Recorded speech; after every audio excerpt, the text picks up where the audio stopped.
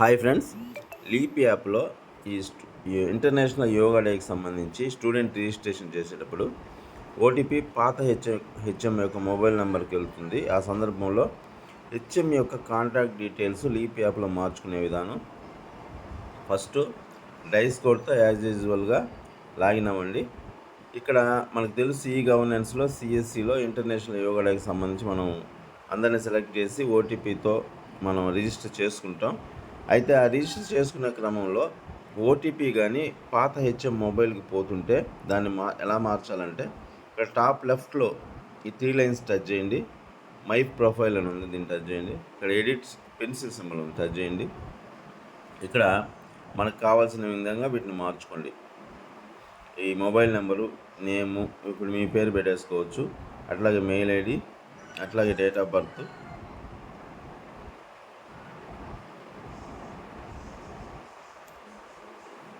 పెట్టుకొని ఇక్కడ ఏదైనా ఒక సీక్రెట్ క్వశ్చన్. ఈ క్వశ్చన్ ఎందుకంటే ఎప్పుడైనా మనం లాగిన్ క్రెడెన్షియల్స్ని కానీ మర్చిపోతే మీ మొబైల్ నెంబర్ కూడా వర్కింగ్లో లేకపోతే ఈ క్వశ్చన్ ద్వారా వాటిని రికవరీ చేసుకోవచ్చు అనమాట. ఇచ్చి సెండ్ ఓటీపీ క్లిక్ చేయండి.